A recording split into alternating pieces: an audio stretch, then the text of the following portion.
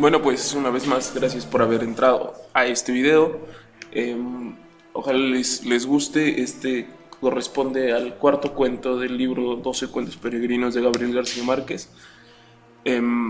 Se titula Me alquilo para soñar y bueno, pues ojalá les guste. No olviden suscribirse para que les siga llegando lo que va saliendo y bueno, pues muchas gracias por apoyar este proyecto.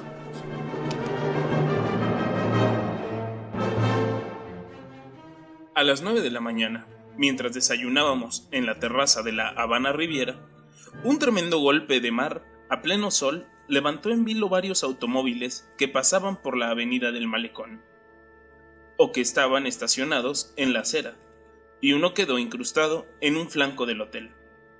Fue como una explosión de dinamita que sembró el pánico en los 20 pisos del edificio y convirtió en polvo el vitral del vestíbulo.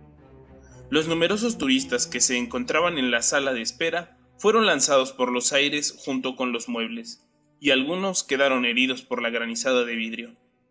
Tuvo que ser un maretazo colosal, pues entre la muralla del malecón y el hotel hay una amplia avenida de ida y vuelta, así que la ola saltó por encima de ella y todavía le quedó bastante fuerza para desmigajar el vitral.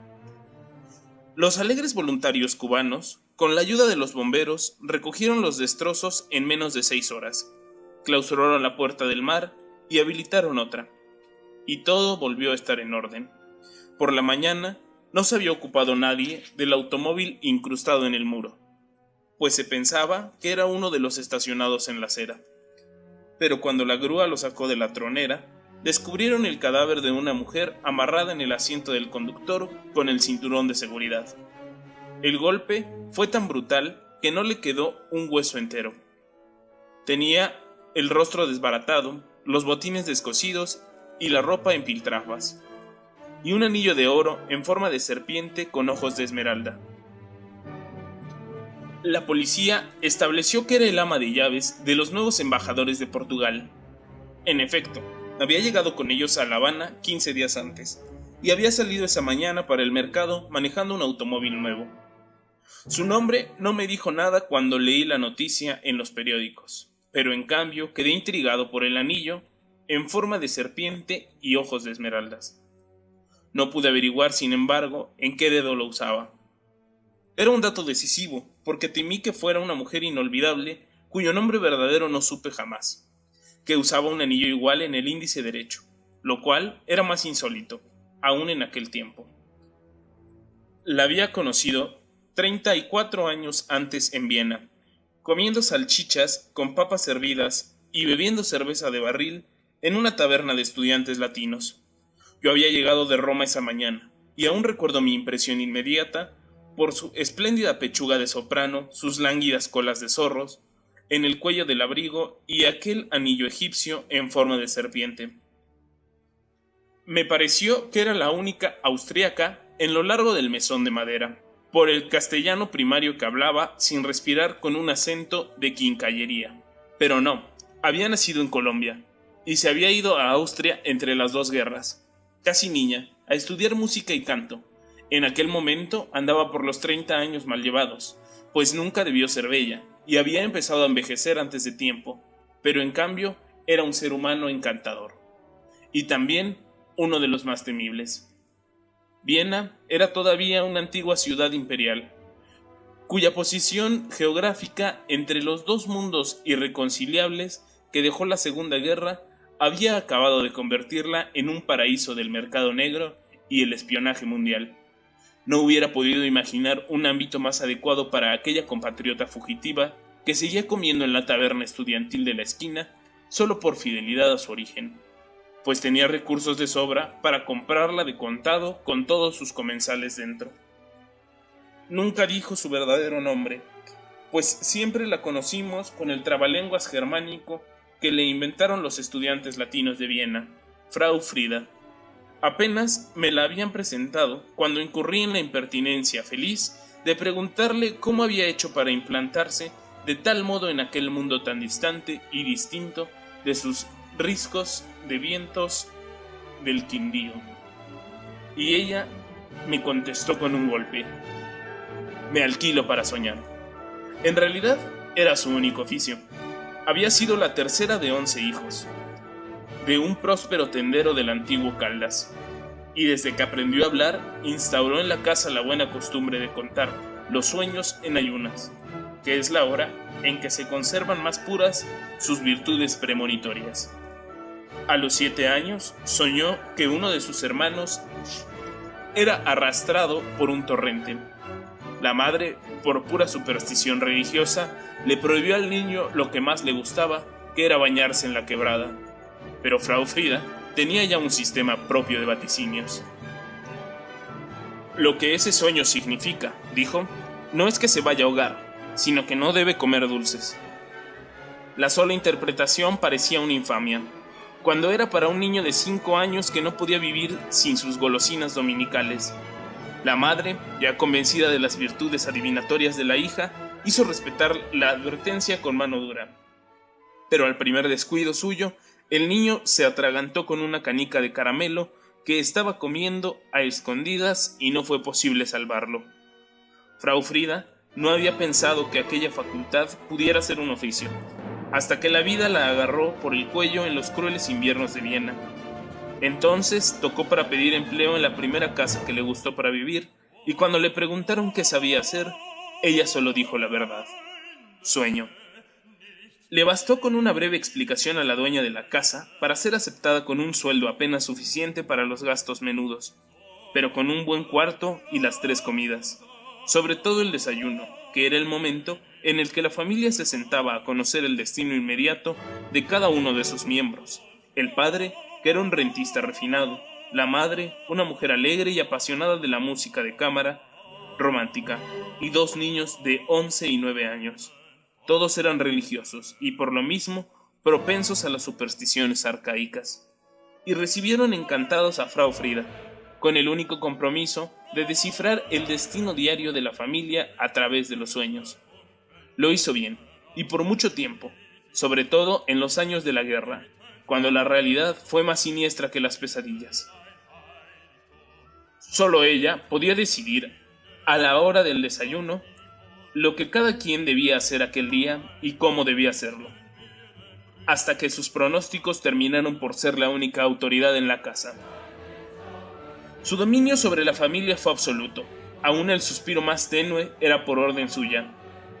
Por los días en que estuve en Viena acababa de morir el dueño de la casa y había tenido la elegancia de legarle a ella una parte de sus rentas, con la única condición de que siguiera soñando para la familia hasta el fin de sus sueños. Estuve en Viena más de un mes, compartiendo las estrecheces de los estudiantes, mientras esperaba un dinero que nunca llegó. Las visitas imprevistas y generosas de Frau Frida en la taberna eran entonces como fiestas en nuestro régimen de penurias. Una de esas noches, en la euforia de la cerveza, me habló al oído con una convicción que no permitía ninguna pérdida de tiempo. «He venido solo para decirte que anoche tuve un sueño contigo», me dijo. «Debes irte enseguida y no volver a Viena en los próximos 5 años». Su convicción era tan real que esa misma noche me embarcó en el último tren para Roma. Yo, por mi parte, quedé tan sugestionado que desde entonces me he considerado sobreviviente de un desastre que nunca conocí. Todavía no he vuelto a Viena. Antes del desastre de La Habana, había visto a Frau Frida en Barcelona, de una manera tan inesperada y casual que me pareció misteriosa. Fue el día en que Pablo Neruda pisó tierra española por primera vez desde la Guerra Civil, en la escala de un lento viaje por mar hacia Valparaíso. Pasó con nosotros una mañana de casa mayor en las librerías de Viejo, y en Porter compró un libro antiguo, desencuadernado y marchito, por el cual pagó lo que hubiera sido su sueldo de 2 meses en el consulado de Rangún. Se movía por entre la gente como un elefante inválido, con un interés infantil en el mecanismo interno de cada cosa, pues el mundo le parecía un inmenso juguete de cuerda, con el cual se inventaba la vida. No he conocido a nadie más parecido a la idea que uno tiene de un papa renacentista, glotón y refinado. Aún contra su voluntad, siempre era él quien presidía la mesa. Matilde, su esposa, Le ponía un babero que parecía más de peluquería que de comedor, pero era la única manera de impedir que se bañara en salsas. Aquel día, en Carballeiras, fue ejemplar. Se comió 3 langostas enteras, descuartizándolas con una maestría de cirujano, y al mismo tiempo devoraba con la vista los platos de todos, e iba picando un poco de cada uno, con un deleite que contagiaba las ganas de comer. Las almejas de Galicia, los percebes del Cantábrico, las cigalas de Alicante, las esparandeinas de la Costa Brava. Mientras tanto, como los franceses, solo hablaba de otras exquisiteces de cocina y en especial de los mariscos prehistóricos de Chile que llevaba en el corazón. De pronto dejó de comer, afinó sus antenas de bogavente y me dijo en voz muy baja: «Hay alguien detrás de mí que no deja de mirarme». Miré por encima de su hombro y así era. A sus espaldas, 3 mesas más allá, una mujer impávida, con un anticuado sombrero de fieltro y una bufanda morada, masticaba despacio con los ojos fijos en él. La reconocí en el acto. Estaba envejecida y gorda, pero era ella, con el anillo de serpiente en el índice. Viajaba desde Nápoles en el mismo barco que los Neruda, pero no se habían visto a bordo. La invitamos a tomar el café en nuestra mesa y la induje a hablar de sus sueños para sorprender al poeta. Él no le hizo caso, pues planteó desde el principio que no creía en adivinaciones de sueños. «Solo la poesía es clarividente», dijo. Después del almuerzo, en el inevitable paseo por las Ramblas, me retrasé a propósito con Frau Frida, para refrescar nuestros recuerdos sin oídos ajenos. Me contó que había vendido sus propiedades de Austria y vivía retirada en Porto, Portugal, en una casa que describió como un castillo falso sobre una colina, desde donde se veía todo el océano hasta las Américas. Aunque no lo dijera, en su conversación quedaba claro que de sueño en sueño había terminado por apoderarse de la fortuna de sus inefables patrones de Viena. No me impresionó, sin embargo, porque siempre había pensado que sus sueños no eran más que una artimaña para vivir, y se lo dije. Ella soltó su carcajada irresistible. «Sigues tan atrevido como siempre», me dijo. Y no dijo más, porque el resto del grupo se había detenido a esperar que Neruda acabara de hablar en jerga chilena con los loros de la Rambla de los Pájaros. Cuando reanudamos la charla, Frau Frida había cambiado de tema. «A propósito», me dijo, «ya puedes volver a Viena». Solo entonces caí en la cuenta de que habían transcurrido 13 años desde que nos conocimos. «Aun si tus sueños son falsos, jamás volveré», le dije, por si acaso. A las 3 nos separamos de ella para acompañar a Neruda a su siesta sagrada. La hizo en nuestra casa, después de unos preparativos solemnes que de algún modo recordaban la ceremonia del té en el Japón. Había que abrir unas ventanas y cerrar otras para que hubiera el grado de calor exacto y una cierta clase de luz en cierta dirección y un silencio absoluto. Neruda se durmió al instante y despertó 10 minutos después como los niños, cuando menos pensábamos. Apareció en la sala restaurado y con el monograma de la almohada impreso en la mejilla. «Soñé con esa mujer que sueña», dijo. Matilde quiso que le contara el sueño. «Soñé que ella estaba soñando conmigo», dijo él. «Eso es de Borges», le dije. Él me miró desencantado. «¿Ya está escrito?» «Si no está escrito, lo va a escribir alguna vez», le dije. «Será uno de sus laberintos». Tan pronto como subió a bordo, a las 6 de la tarde, Neruda se despidió de nosotros. Se sentó en una mesa apartada y empezó a escribir versos fluidos con la pluma de tinta verde, con que dibujaba flores y peces y pájaros en las dedicatorias de sus libros. A la primera advertencia del buque buscamos a Frau Frida, y al fin la encontramos en la cubierta de turistas cuando ya nos íbamos sin despedirnos. También ella acababa de despertar de la siesta. «Soñé con el poeta», nos dijo. Asombrado le pedí que me contara el sueño. «Soñé que él estaba soñando conmigo», dijo, y mi cara de asombro la confundió. «¿Qué quieres? A veces, entre tantos sueños, se nos cuela uno que no tiene nada que ver con la vida real». No volví a verla ni a preguntarme por ella hasta que supe del anillo en forma de culebra de la mujer que murió en el naufragio del Hotel Riviera. Así que no resistí la tentación de hacerle preguntas al embajador portugués cuando coincidimos, meses después, en una recepción diplomática.